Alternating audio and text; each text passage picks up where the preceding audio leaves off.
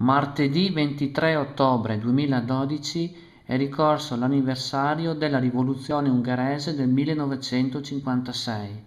Per ricordare questo importante evento nella storia del popolo magiaro, il Consolato Generale Onorario d'Ungheria a Venezia, assieme all'Associazione Italo-Ungherese del Triveneto e al Centro Interuniversitario di Studi Ungheresi e sull'Europa centro-orientale, hanno organizzato la presentazione del libro La fine della Grande Ungheria, fra rivoluzione e reazione 1918-1920. Quest'opera è stata presentata presso il Teatro ai Frari di Venezia dal professor Roberto Ruspanti di Udine, il professor Gianluca Volpi, anch'egli del capoluogo friulano, ed il professore Alessandro Gallo dell'Università di Venezia. Ad introdurre i relatori è stata l'addetta consolare, dottoressa Anna Rossi, instancabile promotrice di iniziative culturali riguardanti l'Ungheria in Veneto. Al termine è stato proposto al gentile pubblico intervenuto il film Guido Romanelli, Missione a Budapest, del regista Gilberto Martinelli.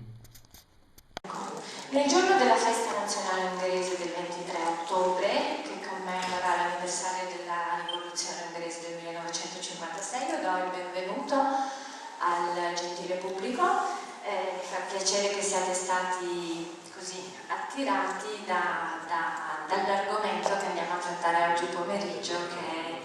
molto importante, molto sentito, ecco, da tante popolazioni, diciamo, dell'Europa centro-orientale. Insomma, il Trianon ha veramente un po' cambiato la geografia, ecco, a partire dalla fine della Prima Guerra Mondiale. Stasera abbiamo tre professori che affronteranno questo argomento: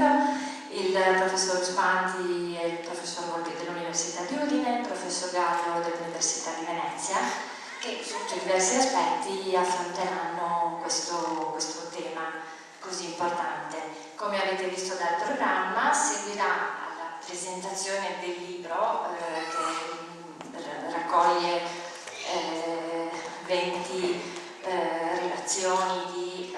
esperti italiani e ungheresi sul tema. Ecco, alla presentazione del libro seguirà la proiezione del film Guido Romanelli, che è ambientato proprio in quel periodo, alla fine della Seconda Guerra Mondiale, della Prima Guerra Mondiale, ma di questo vi spiegherà, vi presenterà il tutto il professor Ruspanti. Ringrazio i relatori per essere presenti oggi e credo che possiamo dare il via alla presentazione. Cedo la parola al professor Ruspanti.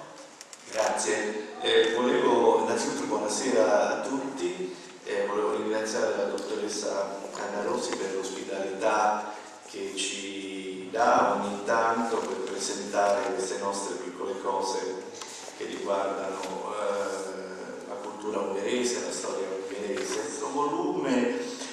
non è incentrato solo sul Trianon, anzi per Trianon credo che non si parli neppure, poi qui il mio collega il professor Volpi, che è uno storico, mi confermerà, ma si parli piuttosto del periodo che va dalla fine della Prima Guerra Mondiale al 1920, e chiaramente nel 1920 ci fu anche il trattato del Trianon, che non è un teatro di varietà come disse qualcuno a Napoli, ma è un palazzo di Versailles dove venne firmata la pace capestro per l'Ungheria dell'epoca. Dunque io qui stasera svolgo le funzioni di coordinatore presentatore, possiamo dire. L'idea di questo libro è nata nel momento in cui si ricordavano appunto i 90 anni del trattato del Trianon. In questo caso il Trianon è stata, diciamo, la molla che ci spinse ad organizzare questo convegno, di cui il volume che presentiamo con un certo ritardo, per la verità, qui a Venezia, raccoglie gli atti di quel convegno. Voglio dire che questo tema è un tema che affascina molto il Centro Interuniversitario universitario di studi ungheresi in Italia e sull'Europa centro-orientale, del cui direttore, il professor Francesco Guida, porto qui i saluti, tant'è vero che nel 2013 organizzeremo a Roma un grande convegno sulla Ungheria nel periodo della monarchia austro-ungarica, cioè dal 1867 al 1918, un tema che non sarà monotematico perché affronteremo soprattutto la storia, la cultura, l'arte e le varie problematiche di tutti i popoli che facevano parte del regno di Santo Stefano nell'ambito della monarchia austro-ungarica. Detto questo, lo scopo di questo convegno, quindi anche del libro che poi ne raccoglie gli atti, era di far conoscere al pubblico italiano quei momenti estremamente difficili, quei periodi estremamente difficili che vanno dal 1918 al 1920, in cui la grande Ungheria uscì sconfitta dalla prima guerra mondiale. Il termine grande Ungheria è un termine improprio, gli ungheresi preferiscono definirla, gli storici, Történelmi Magyarország, cioè Ungheria storica. Questo periodo, che fu un periodo densissimo di eventi e di fatti che ancora oggi hanno degli echi nella stessa Ungheria. Pensiamo semplicemente alla figura del primo presidente della Repubblica ungherese, della prima Repubblica ungherese, possiamo dire, se non vogliamo considerare l'epoca del governatorato di Lajos Kossuth nell'epoca risorgimentale, e mi riferisco al conte Mihály Károly. È un conte, però fu il primo presidente della Repubblica, della prima Repubblica ungherese. Figura molto discussa sia in passato sia oggi, soprattutto oggi direi, tant'è vero che pochi mesi fa ne è stata rimossa la statua dalla piazza Kossuth tér a Budapest, dove la statua esisteva oramai da decenni. Il motivo è molto lungo da spiegare. A Károly gli ungheresi attribuiscono, a mio parere in maniera ingiusta, il crollo della Grande Ungheria, cioè la fine della Grande Ungheria, che è il titolo del nostro libro. La mia visione personale, io sono un letterato soprattutto più che uno storico, la mia visione personale è che chiunque fosse stato al posto di Mihály Károly non avrebbe potuto fare di meglio di quanto non fece lui. L'Ungheria si trovò isolata, si trovò assediata, per così dire, da tutte le potenze dell'intesa, non solo dalle potenze dell'intesa, ma anche dai paesi circostanti che avevano aspirazioni o di indipendenza o di autonomia, o semplicemente aspirazioni territoriali. Sul merito poi sentiremo il parere anche del professor Volpi, che tratterà degli aspetti storici di questo volume. Quindi c'era di che discutere, c'era di discutere anche degli aspetti culturali di quel periodo, di come l'intellettualità magiara, che ai giorni d'oggi sembra rinnegare certe posizioni che allora furono presi dagli intellettuali dell'epoca, l'intellettualità magiara di quel periodo, in particolare nel periodo che va dalla Repubblica di Károly alla Repubblica bolscevica o dei soviet, o in ungherese viene chiamata Tanács Köztársaság, cioè Repubblica dei Consigli. La parola Tanács in realtà traduce il termine soviet. L'intellettualità in quel periodo, è inutile negarlo, nascondersi dietro un dito, si schierò praticamente tutta a favore della rivoluzione, con l'eccezione alcune famoso drammaturgo Herzeg Ferenc, per esempio, o anche lo scrittore Molnar, che noi conosciamo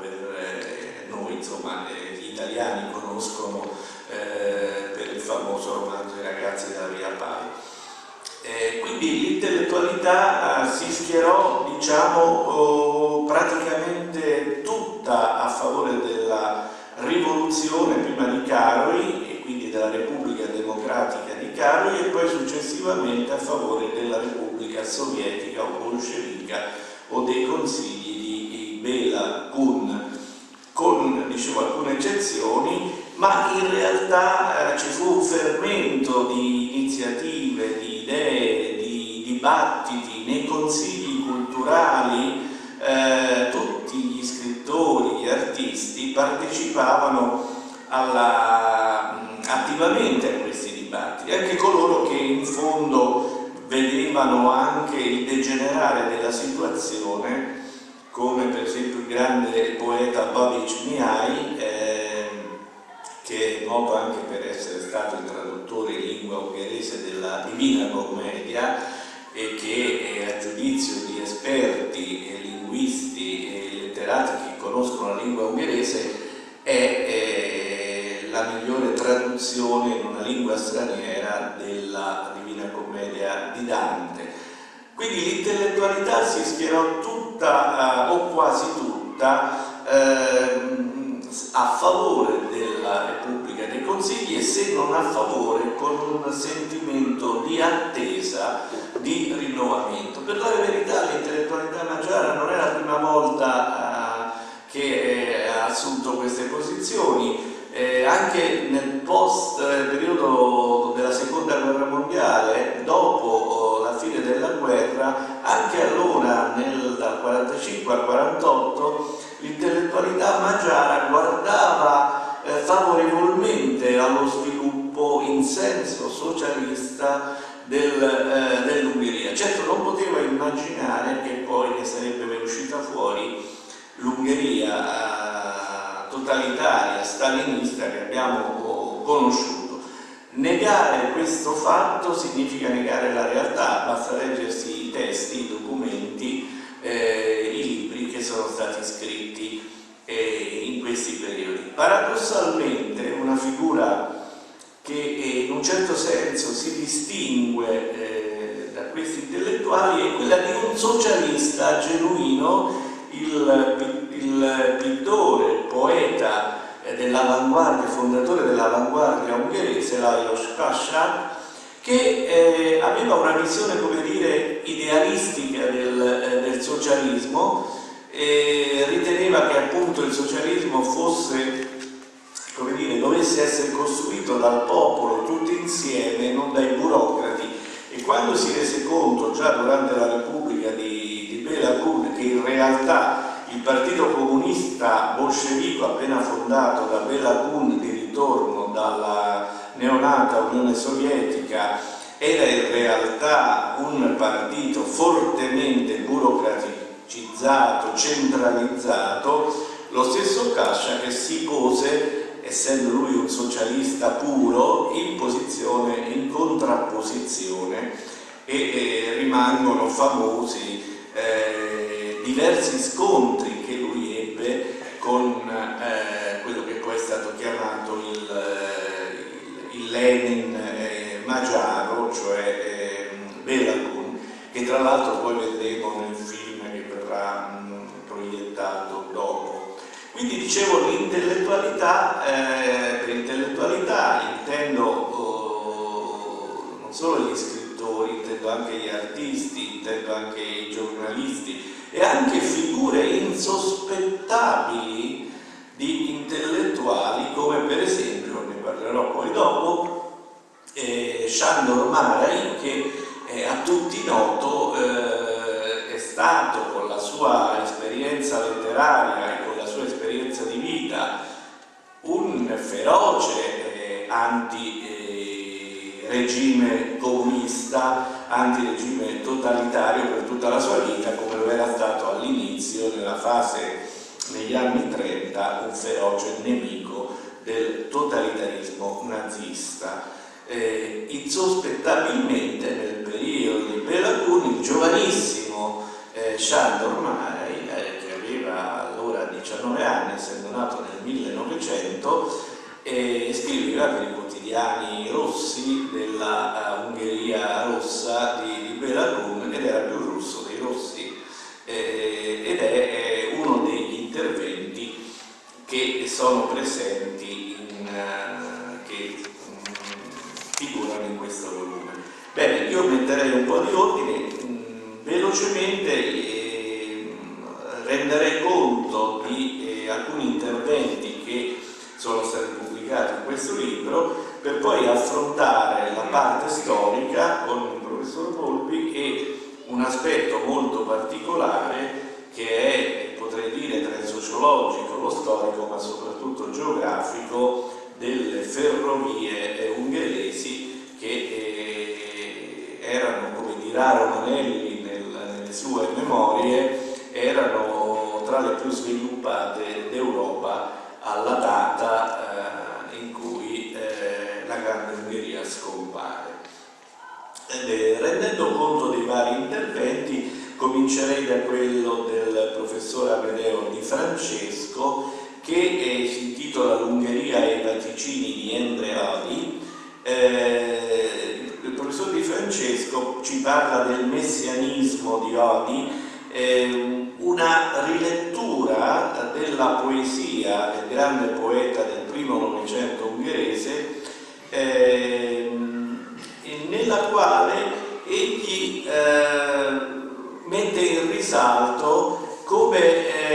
l'Ungheria difendesse sempre la propria identità culturale, la propria identità, potremmo dire quasi genetica, se non venissi, come dire, frainteso, viste certe uscite fatte qualche mese fa dal dimissionato o dimissionario sottosegretario alla cultura, il poeta Serge Ghiesa, difesa della propria identità, in quanto il popolo magiaro, come noto, proveniente dall'Asia, scriveva Endreadi, ha barcollato come un traghetto tra l'Oriente, tra l'Asia e l'Occidente, come un traghetto che attraversa un fiume e che non riesce mai ad approdare all'altra riva. Esaminando le liriche del poeta Endreadi che affrontano questo tema, Di Francesco dice che praticamente questo attaccamento a questa difesa della propria identità è dovuto anche al fatto, sostiene l'autore di questo saggio, che l'Ungheria tutto sommato sarebbe rimasta estranea alla cultura europea, proprio perché prigioniera di questo bagaglio